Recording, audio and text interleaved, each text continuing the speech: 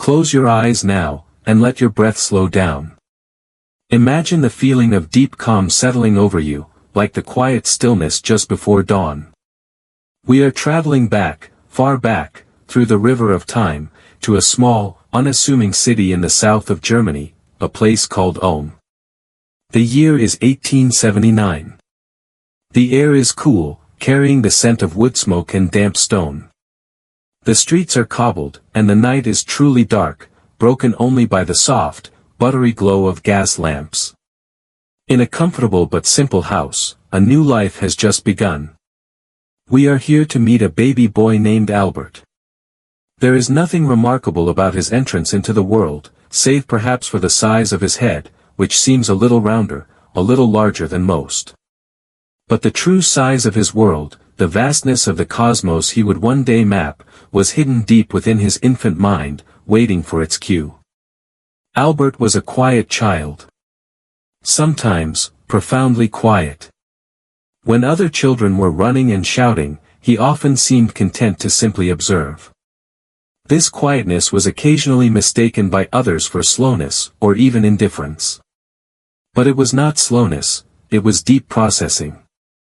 He was taking the world in, slowly, carefully, cataloging its rules, its sights, its subtle, repeating rhythms.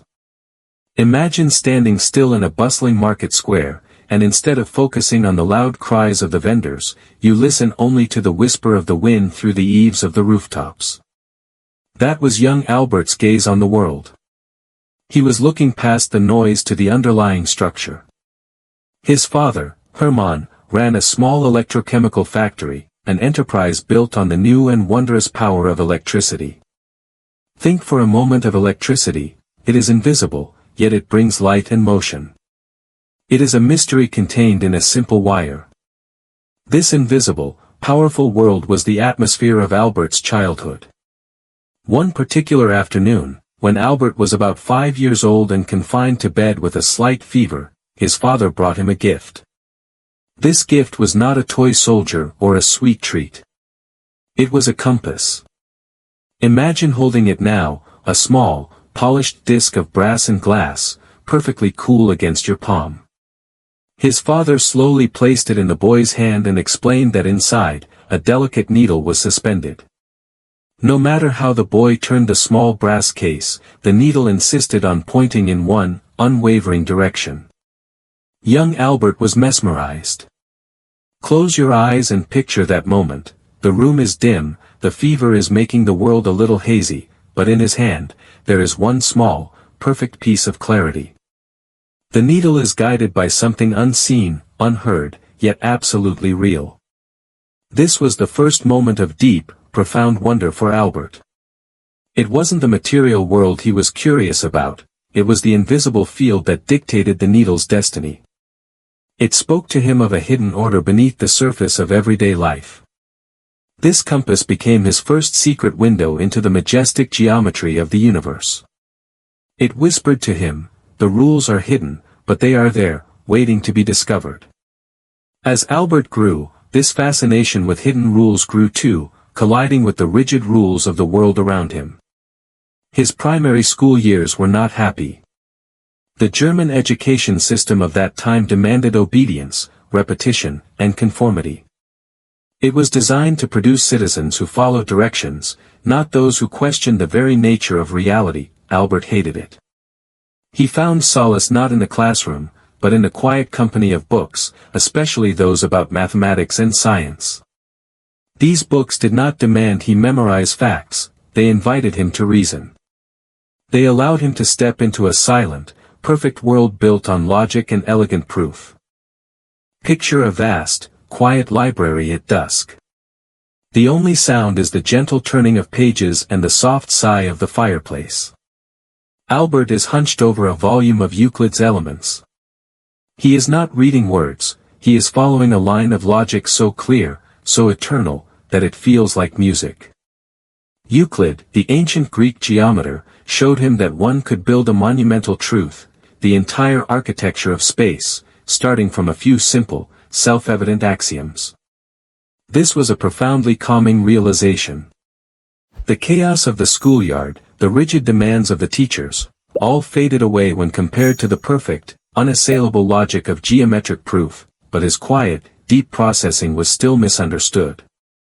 His teachers saw a slow, dreamy student who stared out the window. One particularly frustrating teacher once told him that it didn't matter what he did, he would never amount to much.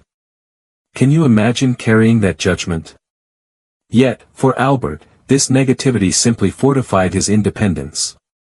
If the conventional world dismissed him, then he would trust his own quiet, internal world even more deeply. The Einstein family moved from Munich to northern Italy, and for a period, Albert was left behind to finish his gymnasium studies. But the pressure was too great, the conflict with authority too draining. He feigned illness, obtained a doctor's note, and abruptly left school to join his family in Pavia, Italy. This move to Italy was a moment of release and atmospheric calm. Imagine the difference, leaving the cold, regimented air of a German school for the warm, sun-drenched freedom of the Italian countryside. The air smells of olives and citrus. There is a sense of ancient history and quiet joy in the pace of life. Here, away from the demanding structure, Albert felt his spirit breathe freely. He spent time walking, reading, and contemplating, giving his mind the space it needed to wander. Yet, he knew he had to continue his education. He decided to apply to the Swiss Federal Polytechnic, ETH, in Zurich, Switzerland. His initial attempt to pass the entrance exam failed, not because of math and physics, he excelled there, but because he was poor at languages and botany. He spent a quiet, focused year preparing, and eventually gained admission. The journey to Zurich represented not just a change of location, but a pilgrimage toward the kind of intellectual liberty he craved. Switzerland, with its neutrality and open-minded culture, became his sanctuary. The atmosphere at the ETH, though still structured, offered a new kind of comfort, the companionship of intellectual peers. It was here, among the hushed book stacks and the faint smell of chemicals from the labs, that Albert met a young woman who would become his confidante and, later, his first wife, Mileva Maric. Mileva was Serbian, quiet, and one of the very few women studying physics at the time. She too was an outsider, often keeping her own company, immersed in the difficult, abstract logic of the subject. Picture them sitting together late into the night. The large, heavy textbooks are open between them. They are not talking about romance or gossip. They are talking about motion, force, and the ether, the invisible, hypothetical substance scientists believed filled all space. They shared a bond formed not from easy conversation, but from the shared difficulty of their studies and the thrill of complex ideas. Mileva was a solid, grounding presence for the dreamy Albert. She was a silent anchor in his tumultuous sea of thought. For many years after, when Albert would write his world-changing papers, Mileva would be there, a quiet observer, checking the mathematics, discussing the implications. This period in Zurich was a time of simple, shared intellectual fervor, a last, quiet academic haven before the real work began. But the life of a true revolutionary rarely conforms to the expectations of the conventional world. When Albert graduated, he struggled to find an academic position. His rebellious attitude, his lack of respect for rote learning, and his direct clashes with professors had left him with few recommendations. The genius who would one day redefine time and space found himself unemployed and ignored by the very institutions designed to foster talent. This period of job hunting, characterized by frustration and rejection, led him to the quiet, steady job that would unexpectedly become the cradle of his most profound insights. Through the help of a friend, he secured a position in 1902 as a technical expert, third class at the Swiss Patent Office in Bern. Imagine the atmosphere of this office. It is dry, orderly, and bureaucratic. The lights hum softly. There is the steady scratching of pens and the rhythmic clack-clack of stamps. For 8 hours a day, Albert's job was to review patent applications, to read the sometimes wild, sometimes brilliant, but always practical inventions of others. He had to quickly discern the essence of an idea and decide if it was truly novel and functional. This seemingly dull job was, in fact, a perfect training ground for a burgeoning theoretical physicist. It required him to strip away distracting details and focus only on the fundamental principle. It trained his mind to see the underlying mechanism of things. He performed his duties efficiently, often completing his work in the morning, leaving his afternoons free for his true passion, contemplating the cosmos. Picture Albert now, leaning back in his chair in the patent office, the faint light of the window catching the dust motes dancing in the air. The official applications are neatly stacked. But beneath the desk, or tucked away in his drawer, are his own humble notes, a notebook filled with questions that the universe itself had yet to answer. He would call his private study his Academy Olympia, a joke between friends, where he and a few colleagues would quietly debate philosophy, science, and the deepest mysteries of existence. That it is in this calm, ordered, yet utterly unassuming place, the Swiss Patent Office, that we leave Albert tonight. He is a patent clerk, a husband, a new father, and a quiet, largely unknown dreamer. The greatest revolutions in science are not being shouted in university lecture halls, they are being whispered in the solitary corners of a bureaucratic office, waiting for the year 1905 to arrive. Rest now, with the knowledge that the greatest breakthroughs often begin in the quietest, most unexpected places. Let the rhythmic hum of the patent office and the memory of that small, unwavering compass needle guide you gently toward deep, peaceful sleep.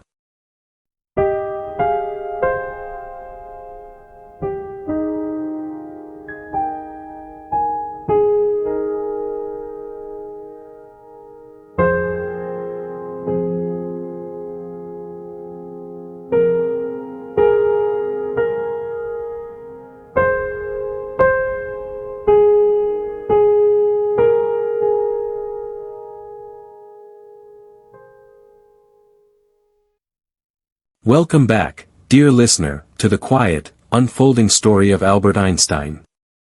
We left him in the seemingly mundane setting of the Swiss Patent Office in Bern, a place of order and routine, far removed from the grand halls of academia. Yet, it was precisely in this unassuming environment, surrounded by the ordinary inventions of others, that Albert was about to unleash the most extraordinary ideas the world had ever known. Imagine the atmosphere of this office in the early 1900s. The air is still, perhaps a little dusty. The strong, steady light from the large windows illuminates rows of wooden desks.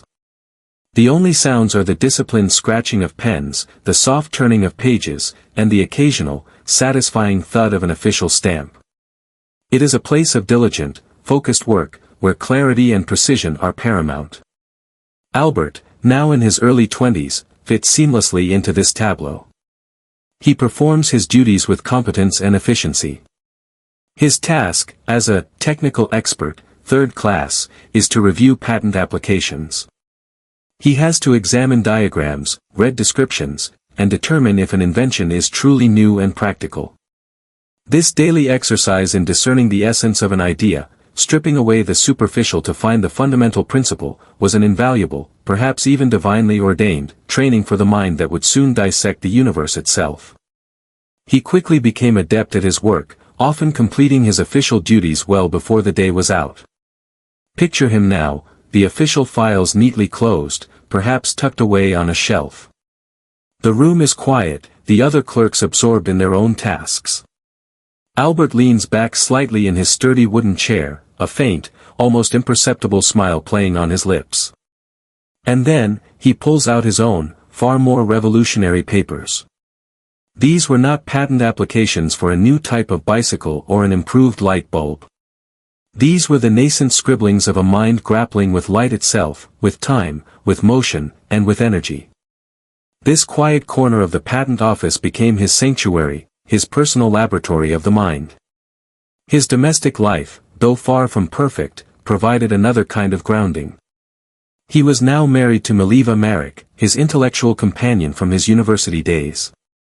They had a young son, Hans Albert, and would soon welcome another. Imagine the small apartment they shared in Bern. The gentle sounds of a child playing in the background. The smell of simple, home-cooked meals. Mileva, a physicist in her own right, understood the depths of Albert's intellectual struggles. While the exact extent of her contribution to his early work remains a topic of scholarly debate, there is no doubt she was a vital presence, an intellectual sounding board for his nascent theories. Their discussions, often late into the night after Hans Albert had been put to bed, were not idle chatter. They were serious, deep explorations of the prevailing scientific puzzles of the day. Imagine the quiet intensity of such conversations, two minds orbiting the same complex stars of thought, seeking common ground in the vast unknown. These discussions would often revolve around the strange behavior of light. For centuries, light had been understood as a wave, like ripples on a pond. But there were stubborn anomalies, small observations that simply refused to fit this elegant model. Albert, with his extraordinary ability to perform Gedanken thought experiments, would transport himself into these impossible scenarios. Close your eyes and imagine this with him. What if you could ride alongside a beam of light? This was a question Albert had pondered since he was 16. If you were traveling at the speed of light, would the light beam appear frozen, like a motionless wave? But light is always moving. This simple, elegant thought experiment created a profound paradox, pushing him beyond the conventional understanding. He didn't need expensive equipment or elaborate laboratories. His laboratory was his own mind, his tools were logic and imagination, and his results were visions of how the universe must operate, even if it defied common sense. The year 1905 arrived, a year that would forever be known as Einstein's Annus Mirabilis, his miracle year. It was not a year of sudden, explosive revelation, but rather a steady, almost rhythmic unfolding of profound insights. He didn't declare his discoveries with a flourish. He quietly, methodically, wrote them down and mailed them off to the prestigious German physics journal, Annalen der Physik. Imagine the simple act, writing out complex equations and elegant prose by hand, placing the manuscript in an envelope, applying a stamp, and walking to a local postbox in Bern. The world had no idea the cosmic bombs contained within those unassuming envelopes. In that single year, from the quiet hum of the patent office, Albert Einstein published 4 groundbreaking papers, each of which alone could have earned him a Nobel Prize. On the photoelectric effect, this paper suggested that light, though a wave, also behaves as discrete packets of energy, which he called quanta. Imagine light not as a continuous flow of water, but as individual, shimmering droplets. This radical idea was one of the foundational steps in the birth of quantum mechanics. It was for this, not for relativity, that he would eventually receive the Nobel Prize. On Brownian motion, this paper provided definitive proof for the existence of atoms and molecules, invisible particles whose jittery dance causes larger particles to move randomly. Imagine watching tiny specks of dust dancing in a sunbeam, a phenomenon that, until Einstein, lacked a full, satisfying explanation. His work made the invisible, tangible. On the electrodynamics of moving bodies, this was the paper that introduced the special theory of relativity. This theory, born from his thought experiments, profoundly altered our understanding of space and time. Close your eyes and let this concept gently settle. Imagine 2 fundamental, unshakable truths: the laws of physics are the same for all observers in uniform motion, and the speed of light in a vacuum is the same for all observers, regardless of their own motion. These 2 simple postulates, when taken to their logical conclusion, lead to astonishing, almost poetic consequences. Time dilation, time, Albert showed, is not absolute. It can stretch and compress. Imagine a clock moving very fast. For an observer watching it, that clock would appear to tick a little slower. Time itself is relative to the observer's motion. Length contraction, space, too, is relative. An object moving very fast would appear to an observer to become slightly shorter in the direction of its motion. These are not just abstract ideas, they are the fundamental fabric of our universe, governing everything from the satellites above us to the very light reaching our eyes from distant stars. Does the inertia of a body depend upon its energy content? This 4th paper, almost an afterthought to the special relativity paper, contained arguably the most famous equation in all of science, E equals mc squared. Energy, E, equals mass, m, multiplied by the speed of light, c, squared. Imagine this profound truth: a tiny amount of mass can be converted into an enormous amount of energy. Mass and energy are not separate entities, they are two different forms of the same fundamental cosmic stuff. It's like seeing water and ice and realizing they are the same thing, just in different states. This elegant equation spoke of a deep, simple unity at the heart of existence. The sheer volume and revolutionary nature of these papers, emerging from a single, unknown patent clerk, were simply unprecedented. The initial reception was not a fanfare of trumpets, but a slow, quiet ripple through the scientific community. Respected physicists, initially skeptical, began to take notice. The clarity, logic, and profound implications of Einstein's work were undeniable. He continued his work at the patent office for a few more years, still very much an outsider, still developing his theories in the quiet moments between reviewing patent applications. He was a man suspended between two worlds, the orderly, predictable realm of practical invention, and the boundless, mind-bending cosmos of theoretical physics. His colleagues at the patent office, though perhaps unaware of the magnitude of his private pursuits, often found him deeply immersed in thought, staring out of the window with that characteristic dreamy gaze. He was not idling, he was constructing universes. This quiet, solitary phase of his life, filled with deep concentration and profound insight, is a testament to the power of a mind allowed to roam free, unburdened by the expectations of conventional success. He was not driven by fame or fortune, but by a pure, almost spiritual quest to understand the hidden mechanisms of the universe, to grasp the invisible forces that guided the compass needle and bent the very fabric of space and time. Let this gentle understanding settle over you now. The universe is full of hidden connections, invisible forces, and profound unities. Just as Albert Einstein found clarity amidst the quiet hum of the patent office, may you find your own clarity and peace in the stillness of this moment. Let the elegance of his theories soothe your mind as you drift deeper into restful sleep.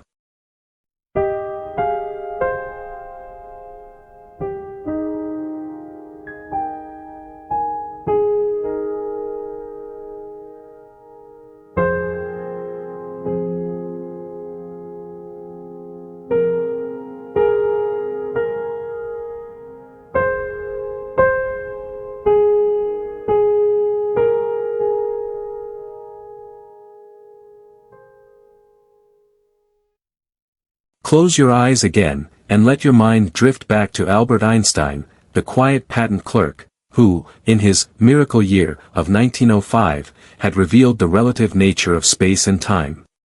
He had shown us that clocks tick differently, lengths contract, and that mass and energy are merely two faces of the same cosmic coin. Yet, even after these profound revelations, one monumental force of the universe remained largely untouched by his new understanding: gravity. For over 2 centuries, the world had been content with Isaac Newton's elegant description of gravity. Newton had told us that gravity was a force, an invisible pull between any two objects with mass. It was a marvelous explanation, one that had allowed us to predict the orbits of planets and the fall of apples with astonishing accuracy. But for Albert, there was a deep, nagging question. Newton's gravity acted instantaneously across vast distances. How could the sun, a staggering 93 million miles away, instantly know to pull on the Earth? This seemed to violate Albert's own special theory of relativity, which stated that nothing, not even information, could travel faster than the speed of light. It was a subtle crack in the otherwise perfect edifice of Newton's universe, but for Albert, it was a crack through which he could glimpse an entirely new reality. The next decade of Albert's life, from 1905 to 1915, was a period of intense, often solitary, intellectual struggle. He had left the patent office by now, moving into academic positions at universities in Zurich, Prague, and eventually Berlin. But the true work, the wrestling with the very fabric of existence, was always an internal journey. Imagine him now, older, perhaps a little more worn, his famous hair beginning to show its characteristic wildness. He is often alone in his study, surrounded by stacks of papers, his brow furrowed in concentration. The world outside might be moving through a mundane day, but in his mind, he is constructing a universe from scratch, laying down new rules for how everything interacts. His goal was ambitious, almost impossibly so, to extend his special theory of relativity to include acceleration and gravity. This was a quest for a general theory of relativity. He wanted to understand not just how objects moved through space and time, but how space and time themselves were influenced by the objects within them. One particular thought experiment, a brilliant flash of insight he called his happiest thought, came to him while sitting in his patent office chair, or so the story goes. Imagine a man falling freely from a roof. As he falls, he feels no gravity. He would feel weightless. Now, imagine that man is inside a closed elevator, completely isolated from the outside world.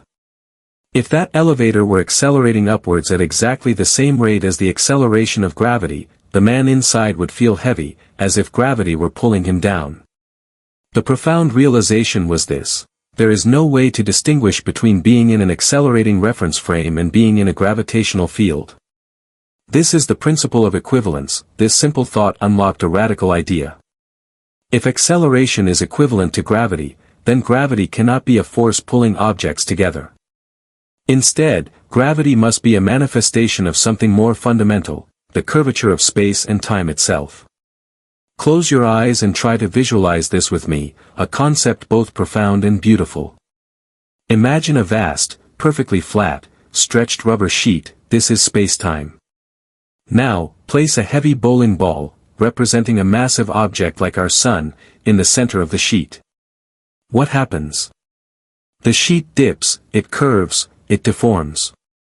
Now, if you roll a small marble, representing a planet like Earth, near this bowling ball, the marble doesn't get pulled by an invisible force.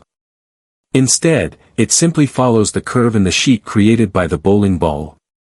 The marble is merely moving in a straight line through curved space. This was Einstein's stunning insight: mass tells spacetime how to curve, and curved spacetime tells mass how to move. Gravity was no longer a mysterious force. It was the elegant geometry of the cosmos. Planets orbit the sun not because of an invisible pull, but because they are following the curves in the spacetime fabric woven by the sun's immense mass. The mathematical tools required to describe this curvature were incredibly complex, involving new forms of geometry and tensor calculus. Albert worked tirelessly, collaborating at times with mathematicians who could provide him with the equations he needed. It was a decade of intense dedication, filled with both exhilarating breakthroughs and frustrating dead ends. The backdrop to this monumental intellectual endeavor was the devastating reality of World War I. As Europe descended into brutal conflict, Albert, a committed pacifist, found himself increasingly isolated. His German colleagues, caught up in patriotic fervor, signed manifestos supporting the war. Albert, however, openly signed counter-manifestos calling for peace. Imagine the solitude of a man of peace, trying to understand the harmonious laws of the universe, while the world outside his window was tearing itself apart in discordant violence. This external chaos only seemed to strengthen his internal resolve to find order and beauty in the cosmos. Amidst the ravages of war, with dwindling resources and academic communication severely hampered, Albert finally completed his general theory of relativity in November 1915. He sent his paper, with its intricate equations describing the bending of spacetime, to the Prussian Academy of Sciences. The theory made several bold predictions. Light should bend when it passes near a massive object like the sun. Newton's theory predicted some bending, but Einstein's theory predicted exactly twice as much. Time should pass slower in stronger gravitational fields. A clock at sea level would tick slightly slower than a clock on a mountaintop. The orbit of Mercury had a tiny, unexplained wobble that Newton's equations couldn't quite account for. Einstein's theory perfectly explained this anomaly. With the end of World War I in 1918, the world began to heal, and scientific collaboration could cautiously resume. The most dramatic test of Einstein's general theory of relativity came in 1919. Sir Arthur Eddington, a British astronomer, led an expedition to observe a total solar eclipse from two locations, one in Africa and one in Brazil. The idea was simple: during a total eclipse, the sun's blinding light is briefly blocked, allowing astronomers to see stars that appear very close to the sun in the sky. If Einstein was right, the light from these distant stars, as it passed near the massive sun, would be bent by the sun's curved spacetime. This bending would make the stars appear to be in a slightly different position than where they actually were. And crucially, this shift would be precisely the amount Einstein had predicted. Imagine the tension, the quiet anticipation as the astronomers meticulously measured the positions of the stars. The world, tired of war, craved a new kind of revelation, a story of human intellect reaching for the stars. And then, the announcement came. Eddington's measurements overwhelmingly confirmed Einstein's predictions. The light from distant stars did indeed bend by the precise amount predicted by general relativity. The news spread like wildfire across the globe. Newspapers, starved for positive news after the war, declared it a triumph of human genius. Headlines screamed, "Light all askew in the heavens," and "Newtonian universe overthrown." Albert Einstein, the obscure patent clerk, the quiet pacifist, was transformed overnight into a global superstar. His theories were complex, understood by only a handful of people, but the sheer audacity and beauty of his vision captured the public imagination. He became the very symbol of genius, his wild hair and thoughtful eyes instantly recognizable. Imagine the feeling of a profound, beautiful truth, painstakingly discovered in quiet solitude, suddenly being validated by the cosmos itself. The universe had confirmed his geometry. Gravity was no longer a pull, it was the elegant, magnificent curve of space-time. Let this profound understanding of our curved universe gently guide you now.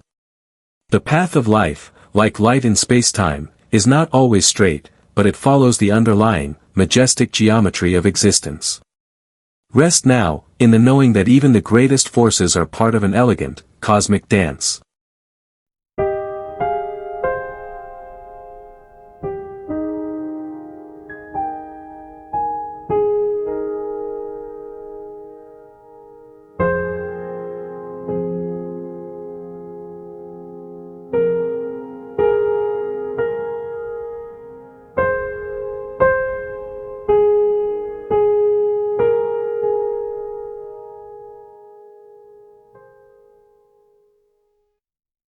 Welcome back, dear listener, to the captivating story of Albert Einstein. We've seen him transform our understanding of space, time, and gravity, pulling back the veil to reveal a universe of elegant, predictable geometry. By the 1920s, Einstein was not just a scientific icon, but a global celebrity, his name synonymous with genius. Yet, even as his general theory of relativity reshaped the cosmos, a new, revolutionary branch of physics was emerging, one that would challenge Albert's deeply held philosophical convictions to their core, quantum mechanics. Imagine the scientific landscape of the early 20th century. Newton's classical physics, the bedrock of scientific understanding for centuries, described a deterministic universe. If you knew the initial conditions of a system, you could predict its future with absolute certainty. Einstein's theories, while revolutionary, still largely operated within this framework of predictability and underlying order. He believed the universe was a grand, perfectly orchestrated clockwork. But then came quantum mechanics, a theory developed by a brilliant new generation of physicists like Niels Bohr, Werner Heisenberg, Max Born, and Erwin Schrödinger. These young minds were delving into the bizarre and counterintuitive world of the subatomic, the realm of electrons, photons, and atoms. And what they found shattered the classical worldview. Quantum mechanics proposed that at its most fundamental level, reality was not deterministic, but probabilistic.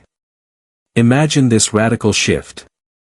Instead of an electron orbiting a nucleus like a tiny planet in a fixed path, quantum mechanics suggested the electron exists as a probability cloud, a blurry smear of potential locations until it is observed.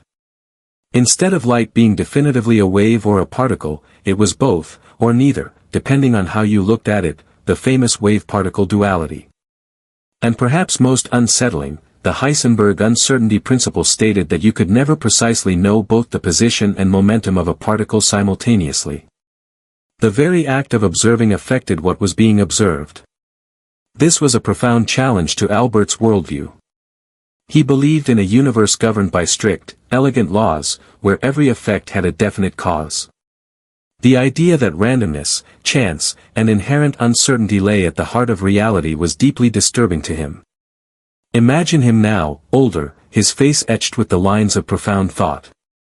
He would engage in passionate, often playful, debates with his quantum colleagues, particularly his close friend and intellectual sparring partner, Niels Bohr. Their debates, which lasted for decades, were legendary.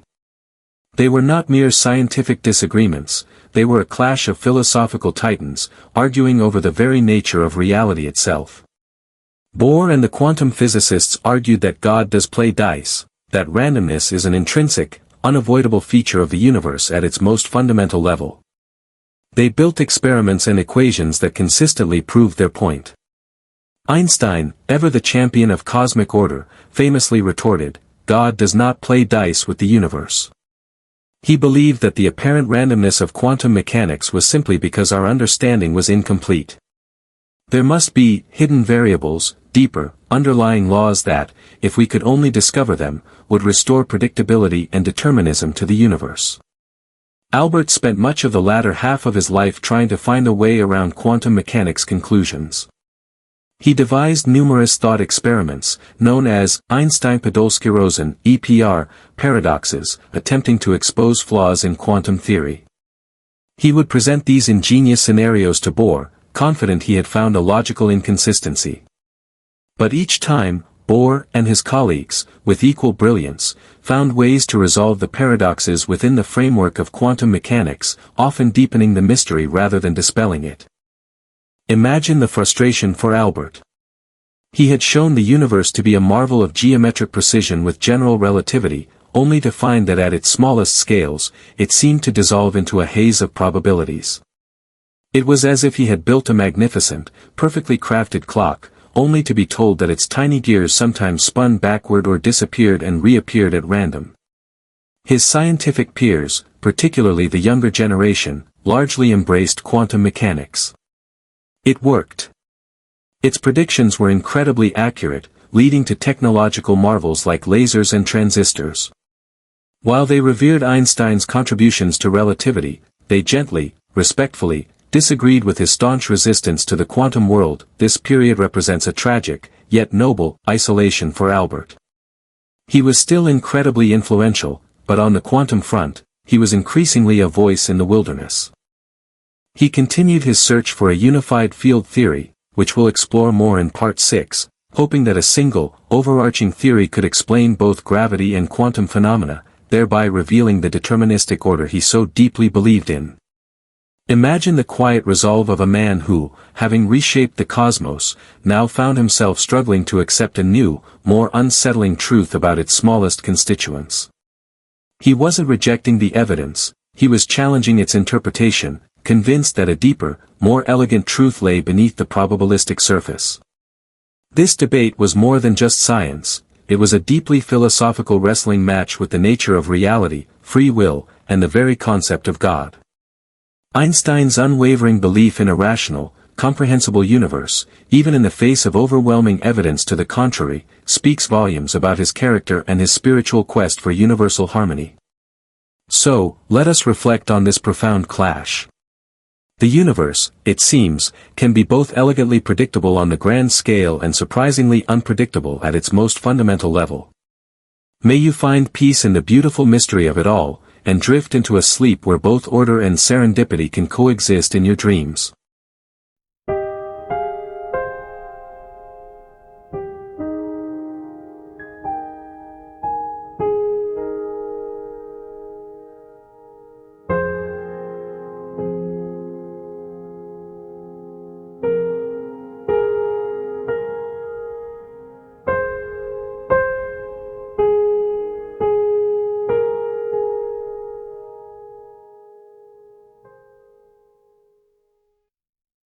We've journeyed through the miraculous insights of Albert Einstein, from the relative nature of time to the curved fabric of spacetime, and witnessed his philosophical struggle with the unpredictable quantum world. Now, we turn to a chapter of his life marked by profound political upheaval, forced exile, and an unforeseen, terrifying role in shaping the destiny of humanity. The year is the early 1930s.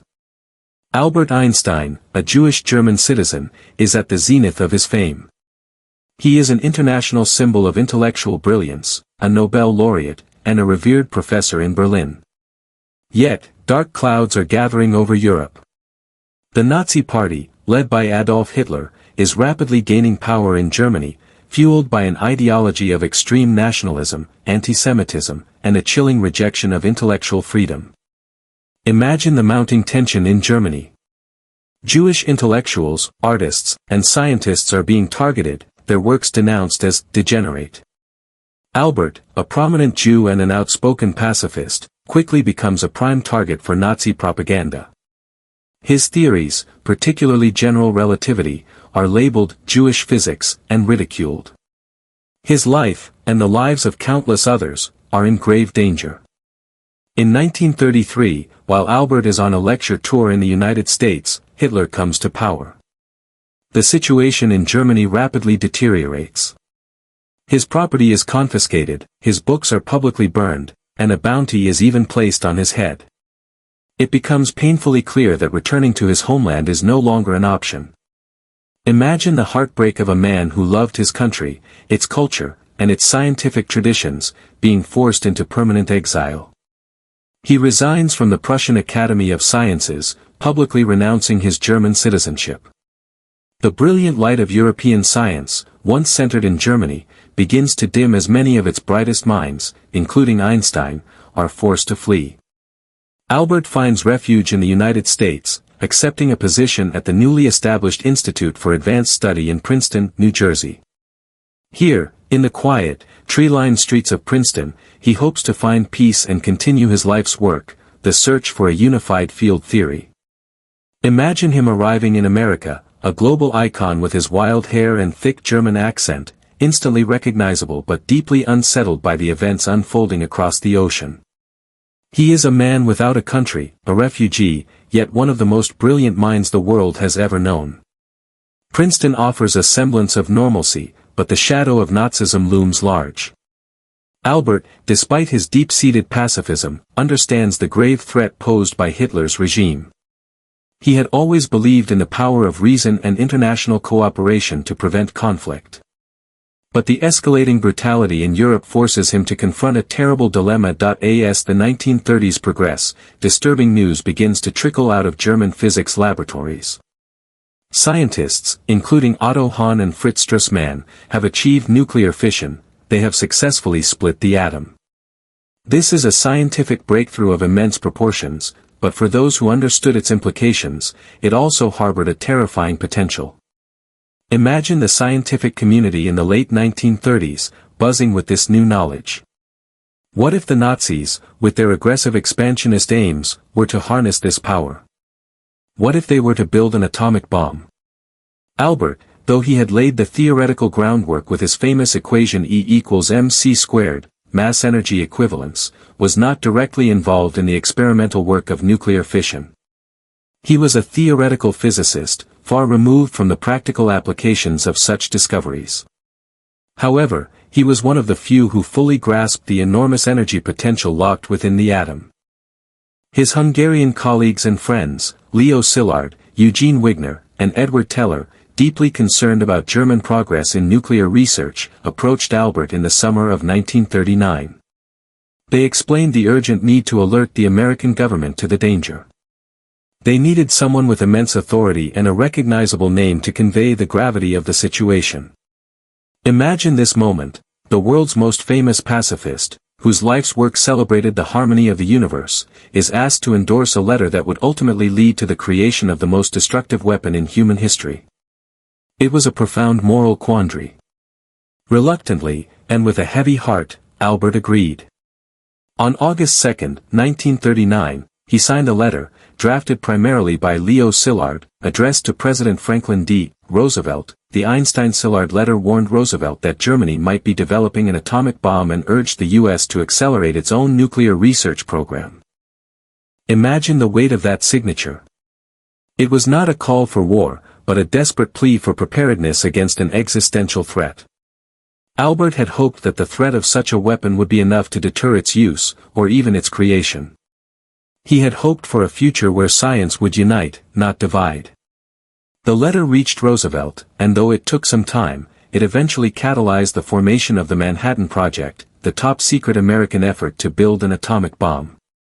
Albert himself was not invited to participate in the Manhattan Project due to his outspoken pacifism and socialist leanings, which made him a security risk in the eyes of the U.S. government. Imagine the irony: the architect of the mass energy equivalence, the one whose genius unlocked the secret of the atom's power, was deliberately excluded from the project that brought that power to terrifying fruition. The war raged on, reaching its horrific climax. In August 1945, the United States dropped atomic bombs on the Japanese cities of Hiroshima and Nagasaki. The world was forever changed. Albert Einstein was deeply shaken by the news. He later described his role in the letter to Roosevelt as the one great mistake in my life, not because he regretted warning against the Nazis, but because he was horrified by the ultimate outcome and the unleashing of such destructive power. Imagine the profound sorrow of a man who believed in a rational, beautiful universe, now confronting the terrifying proof that his purest equations could be twisted into instruments of unimaginable destruction. He spent the rest of his life advocating for nuclear disarmament and world peace, desperately trying to put the genie back in the bottle. This chapter of Einstein's life is a stark reminder of the complex relationship between scientific discovery, political power, and moral responsibility. It shows us that even the purest pursuit of knowledge can have devastating consequences when wielded by human hands. As you drift to sleep, ponder the immense power we hold, and the profound responsibility that comes with it.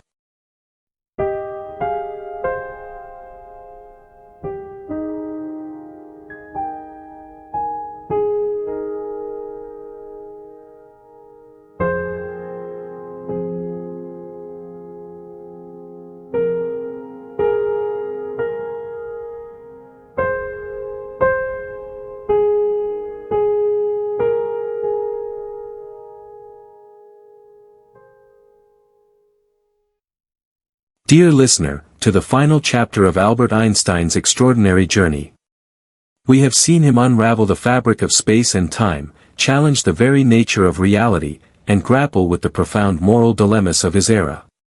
Now, we arrive at the last 2 decades of his life, a period often viewed as one of scientific isolation, yet one driven by his deepest philosophical conviction, the search for ultimate unity in the universe.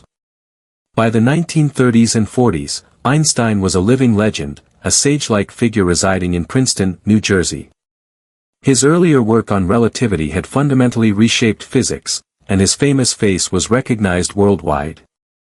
Yet, as we explored in the previous chapter, he found himself increasingly at odds with the prevailing currents of modern physics, particularly quantum mechanics.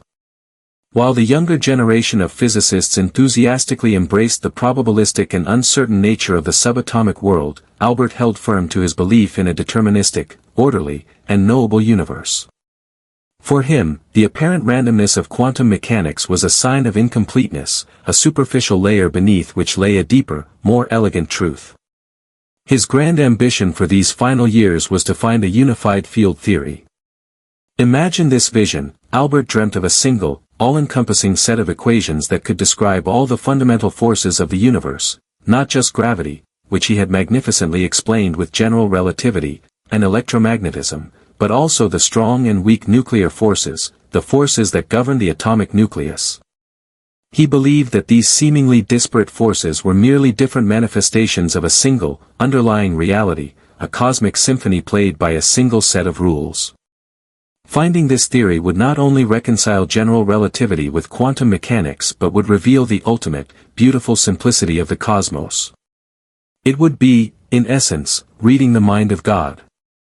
Imagine him now, a familiar figure in Princeton, walking to his office at the Institute for Advanced Study, often deep in thought, perhaps with papers tucked under his arm.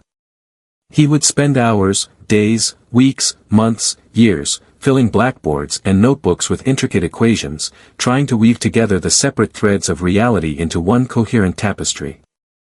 This was a solitary quest. Most of his scientific peers, immersed in the successful but fragmented world of quantum mechanics, saw his pursuit as quixotic, a noble but ultimately futile endeavor. The tools and insights needed to tackle the nuclear forces, which were only just beginning to be understood, were still nascent. He would often engage in quiet, intense discussions with a few trusted colleagues, but the main thrust of his work was a private, intellectual battle. It was a testament to his unwavering faith in the underlying rationality of the universe, a faith that he carried to his very last days. His offices were famously modest, his attire simple. He wasn't chasing accolades or fame, he was chasing truth, the ultimate elegance. He once remarked, "I want to know how God created this world. I am not interested in this or that phenomenon, in the spectrum of this or that element. I want to know his thoughts, the rest are mere details." Throughout these years, while his scientific work became increasingly solitary, Albert remained a public figure and a moral compass. He spoke out passionately against nuclear weapons, advocating for world peace and international governance. He championed civil rights, supporting the burgeoning movement in America. He became an eloquent voice for intellectual freedom and social justice. Imagine the unique position of this man, a scientific titan, grappling with the deepest mysteries of the universe, yet also intensely engaged with the pressing moral and political issues of his time. He saw no division between the pursuit of scientific truth and the responsibility to humanity. His efforts to unify the forces of nature, though ultimately unsuccessful in his lifetime, profoundly influenced future generations of physicists. The dream of a theory of everything continues to inspire scientists today, with concepts like string theory and loop quantum gravity picking up where Einstein left off. His unfinished symphony became a blueprint for others. Albert Einstein passed away on April 18, 1955, at the age of 76, in Princeton. Even on his deathbed, he was working on equations for his unified field theory. The nurse on duty reported that he was muttering equations in German, and when he was offered a painkiller, he refused, stating, "I want to go when I want. It is tasteless to prolong life artificially. I have done my share, it is time to go. I will do it elegantly." His brain was controversially preserved for scientific study, a testament to the world's endless fascination with his genius. Imagine the legacy, a man who, with thought experiments and elegant mathematics, revealed the universe to be a far more wondrous and interconnected place than anyone had ever imagined. He showed us that space and time are not fixed backdrops but dynamic participants in the cosmic dance. He connected mass and energy, illuminating the power within the atom. He revealed gravity not as a force, but as the beautiful geometry of space-time itself. Albert Einstein's life was a testament to the power of curiosity, intellectual courage, and an unshakable faith in the underlying order and beauty of the universe. His theories continue to be the bedrock of modern cosmology, guiding our explorations of black holes, gravitational waves, and the very origins of the cosmos. He may not have found his ultimate unified field theory, but his pursuit of it illuminated the path for all who came after him. He taught us that the universe is not just understandable, but that its deepest truths are often found in the simplest, most elegant equations. So, as this story concludes, let us carry forward Albert Einstein's spirit, the spirit of relentless inquiry, profound wonder, and an unwavering belief that even in the face of chaos, there is an underlying harmony, waiting to be discovered. May your own quest for understanding continue, illuminated by the light of his enduring genius. This concludes the story of Albert Einstein. I hope you enjoyed this journey through his extraordinary life and ideas.